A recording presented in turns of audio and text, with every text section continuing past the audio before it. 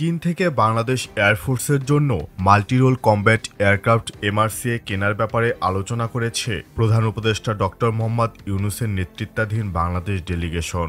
এই multirole combat aircraft ক্রয়ের ব্যাপারে আলোচনা করেছেন প্রধান উপদেষ্টা ডক্টর ইউনূস এবং চীনা রাষ্ট্রপতি শি জিনপিং। দুই দেশের প্রধানের মধ্যে দ্বিপক্ষীয় বৈঠকের সময় অন্য অনেকগুলো বিষয়ের পাশাপাশি যুদ্ধবিমান ক্রয় সম্পর্কেও আলাপ হয়। প্রধান উপদেষ্টার ভেরিফাইড ফেসবুক পেজ এই বিষয় নিশ্চিত করেছে। বাংলার আকাশসীমা নিরাপত্তা নিশ্চিতের জন্য চীন থেকে জেটেন-সি যুদ্ধবিমান ক্রয় এখন সময়ের ব্যাপার মাত্র। এটি হলে বাংলাদেশ হবে বিশ্বের চতুর্থ দেশ যারা এই সুপারসনিক যুদ্ধবিমান পরিচালনা করবে।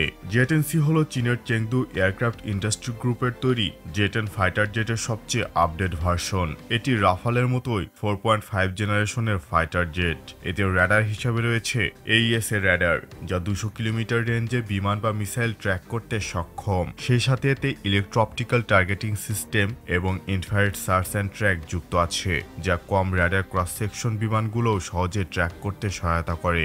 অস্ত্রশস্ত্রের তালিকাও বেশ বড় জেটেন-সি।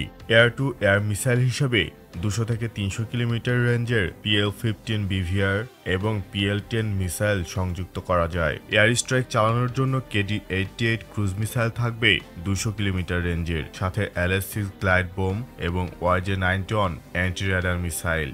WS-10B ইঞ্জিন নিয়ে ম্যাক 2 গতিতে ছুটতে সক্ষম চীনের এই অত্যাধুনিক ফাইটার জেট। সব মিলিয়ে আমাদের বিমান বাহিনীতে মাল্টিরোল বিমানের যে ঘাটতি রয়েছে তা বেশ ভালোভাবে পূরণ হবে এবং এটি অবশ্যই নিকট ভবিষ্যতের বাংলাদেশের সকল সম্ভাব্য প্রতিদ্বন্দ্বী বিমান বাহিনীর মাথা ব্যথার কারণ হতে পারে। জেটেন-সি এর সক্ষমতা, বিশেষ ফিচার সমূহ, ব্যালেন্সিং ফ্যাক্টর এবং কেন এটি বাংলাদেশের জন্য চূড়ান্ত মূল্যায়ন হবে তা নিয়ে আগামী ভিডিওতে বিস্তর আলোচনা করব ইনশাআল্লাহ। সে পর্যন্ত ভালো থাকুন, সুস্থ থাকুন, দেখা হবে আবারও।